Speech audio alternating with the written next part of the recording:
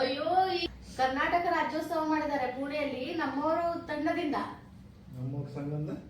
ನಮ್ಮವರು ಸಂಘ ಅಂದ್ರೆ ಹೊರನಾಡು ಕನ್ನಡಿಗರು ಮತ್ತು ಹೊರದೇಶದಲ್ಲಿದ್ದಂತ ಕನ್ನಡಿಗರು ಎಲ್ಲ ಸೇರಿ ಒಂದು ಗ್ರೂಪ್ ಮಾಡ್ಕೊಂಡಿದ್ದಾರೆ. ಅದಕ್ಕೆ ನಮ್ಮವರ ಸಂಘ ಅಂತ ಹೇಳ್ತಾರೆ.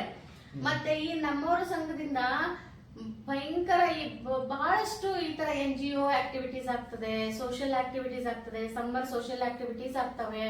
ಅದೇ ರೀತಿಯಾಗಿ ಕನ್ನಡ ರಾಜ್ಯೋತ್ಸವ ಅಂತ ದೊಡ್ಡ ದೊಡ್ಡ ವೇದಿಕೆಗಳನ್ನ ನಮಗೆ ಒದಗಿಸ್ಕೊಡ್ತಾರೆ. ಮತ್ತು ಕನ್ನಡ ಕಲಿಕೆ ಅಂತ ಹೆಣ್ಮಕ್ಳಿಗೆ ಮಕ್ಕಳಿಗೆ ಎಲ್ಲ ಕನ್ನಡವನ್ನ ಕಲಿಸ್ಕೊಡ್ತಾರೆ. ಆನ್ಲೈನು ಇಷ್ಟೆಲ್ಲ ಉಂಟು. ಈಗ ನಮಗೆ ಅಂತ ಒಂದು ಫಂಕ್ಷನ್ ಅರೇಂಜ್ ಮಾಡಿದ್ದಾರೆ ಪುಣೆಯಲ್ಲಿ ಆದಂತ ಕನ್ನಡ ರಾಜ್ಯೋತ್ಸವ. ಈಗ ಚೆನ್ನೈಯಲ್ಲೂ ಕೂಡ ಮಾಡ್ತಾ ಇದ್ದಾರೆ. 7th ಡಿಸೆಂಬರ್ಗೆ ನಮ್ಗೆ ಚೆನ್ನೈಯಲ್ಲಿ ಕನ್ನಡ ರಾಜ್ಯೋತ್ಸವವನ್ನ ನಮ್ಮವರ ಸಂಘದಿಂದ ಮಾಡ್ತಾ ಇದ್ದಾರೆ.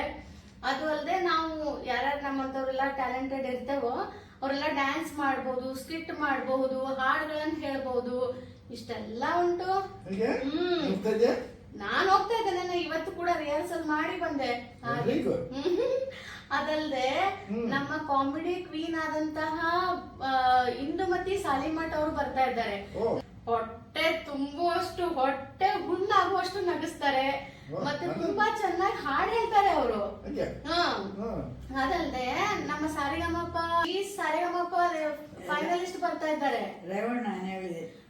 ರೇವಣ್ ಸಿದ್ಧಾಂತ. ಕರೆಕ್ಟ್ ಅಮ್ಮ, ರೇವಣ್ ಅಮ್ಮನಿಗೆ ಸಹ ಗೊತ್ತು ನೋಡಿ.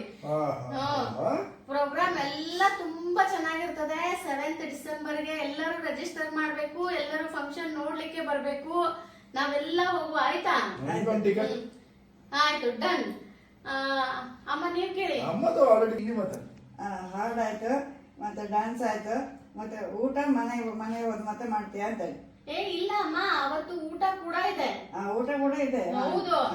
ಹಾಗಾಗಿ ನೀವು ಎಲ್ಲರೂ ನೆನಪಿಟ್ಕೊಳ್ಳಿ, 7th ಡಿಸೆಂಬರ್ಗೆ ಶಿವಾನಂದ ಮೆಮೋರಿಯಲ್ ಆಡಿಟೋರಿಯಂ ಅಲ್ಲಿ ಮರೈಮಲೆ ನಗರದಲ್ಲಿ ಚೆನ್ನೈದಲ್ಲಿ ಬರಬೇಕು.